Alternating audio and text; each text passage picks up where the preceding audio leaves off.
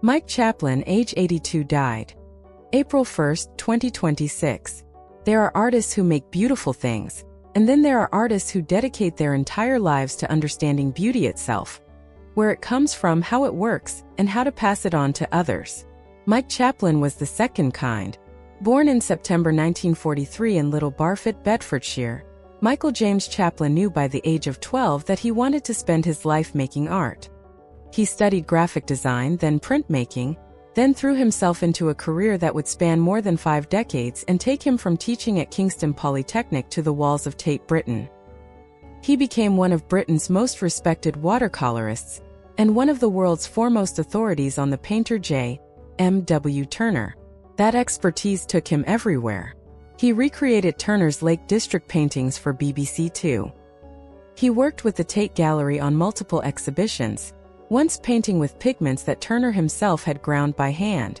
In 2011, he helped establish the Turner Award for Watercolor at the Royal Academy Summer Exhibition, and that same year, he won it.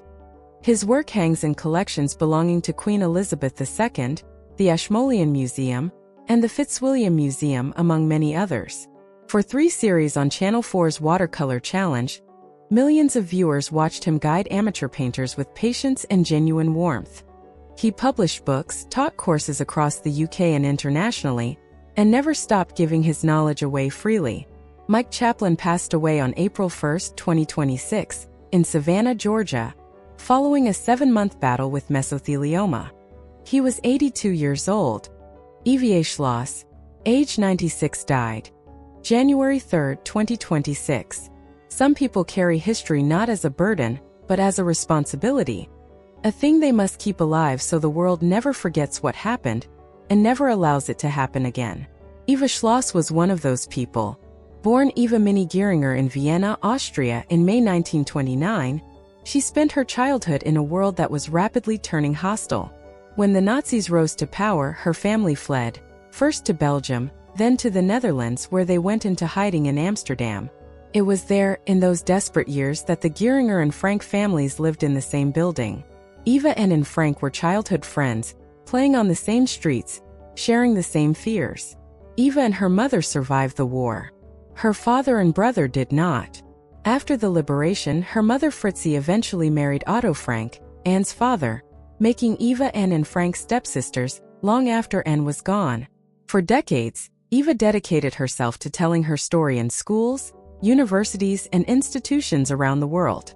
She wrote memoirs, contributed to documentaries, and worked tirelessly with the Anne Frank Trust to educate young people about the dangers of hatred, prejudice, and indifference. In 2012, she was awarded the MBE for her services to education. Eva Schloss passed away on January 3, 2026, in London. She was 96 years old.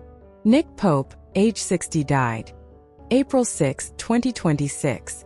For most of his working life, Nick Pope was the man the British government sent to look up at the sky and ask the question that most governments prefer to ignore: are we alone? Born in September 1965 in England, Nick spent 21 years working as a civil servant for the UK's Ministry of Defence. For 3 of those years, from 1991 to 1994, his specific assignment was to investigate UFO sightings reported by the public and by military personnel. What he found over those years, and what he concluded, is a matter of genuine debate. But what is not in debate is that Nick Pope became the world's most recognized authority on the subject, and that he spent the rest of his career making sure the conversation never went away. He wrote science fiction novels, contributed to and hosted numerous television programs, and in 2024 joined his co-hosts on the Ancient Aliens Live tour across the United States. He appeared on documentaries, gave lectures, and consistently argued that questions about extraterrestrial life were not fringe concerns but among the most profound questions humanity could ask. Away from the cameras, he was known as thoughtful, measured, and genuinely curious, someone who took the questions seriously without losing sight of the need for evidence.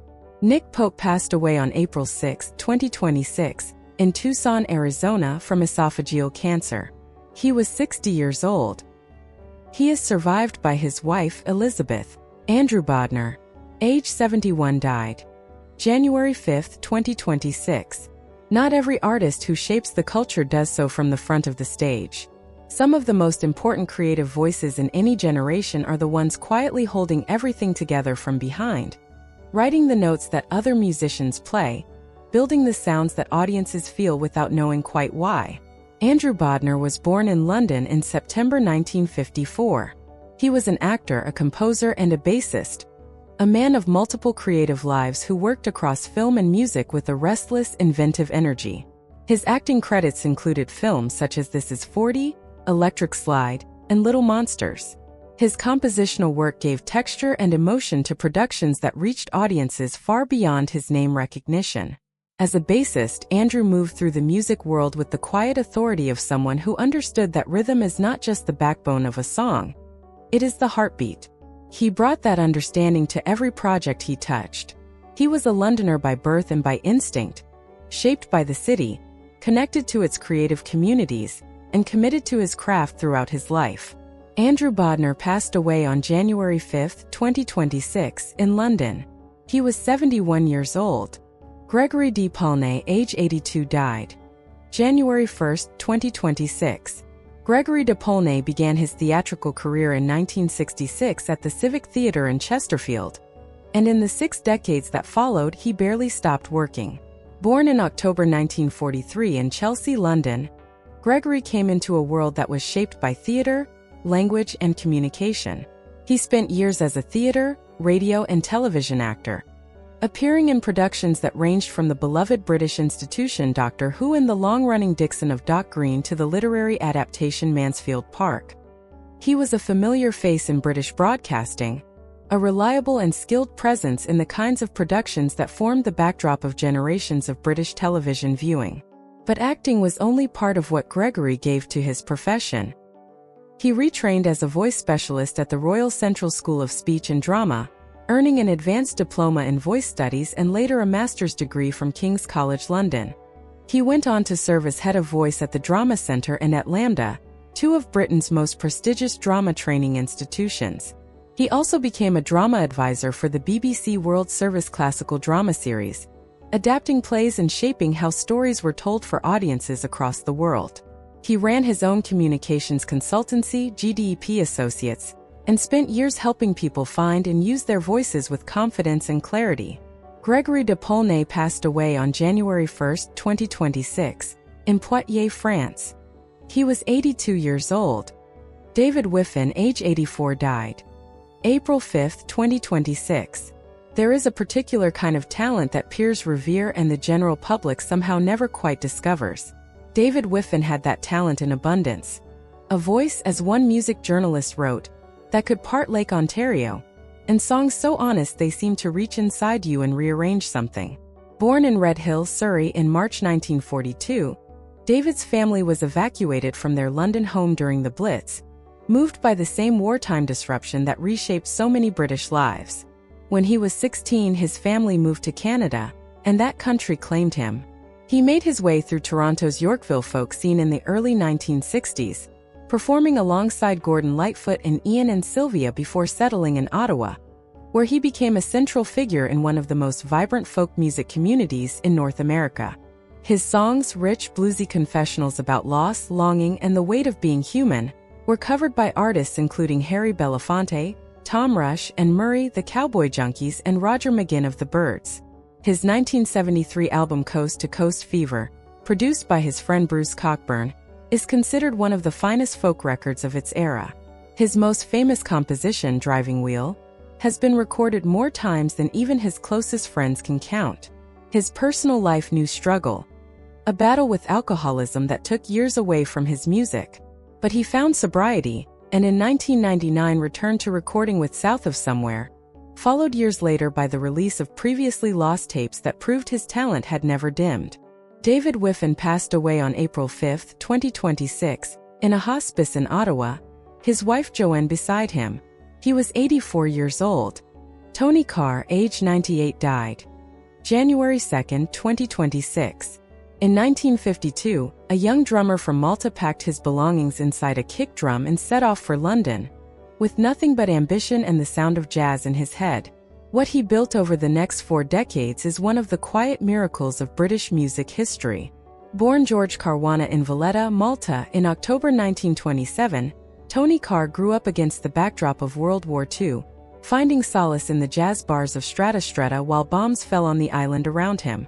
Music was his refuge then, and it became his life. He formed Malta's first jazz trio, caught the attention of British music manager Tito Burns, and made the crossing to London. The first years were hard. London was crowded with musicians and work was scarce. But in 1954, everything changed. He auditioned for the American jazz legend Billy Eckstine and earned a place on his European tour. Eckstine, who had worked with the very best, called Tony the finest drum accompanist he had heard in Britain. From that moment, the doors opened. Tony became one of London's most sought-after session drummers, recording at Abbey Road Studios, playing the drum track on Hot Chocolate's global hit You Sexy Thing, and performing alongside Ella Fitzgerald, Paul McCartney and Wings, Donovan, Tom Jones, Cliff Richard, and Dizzy Gillespie. He played the concert for Kampuchea with Paul McCartney in 1979. He toured with some of the biggest names of the 20th century. Tony Carr passed away on January 2, 2026, in Malta, at the age of 98.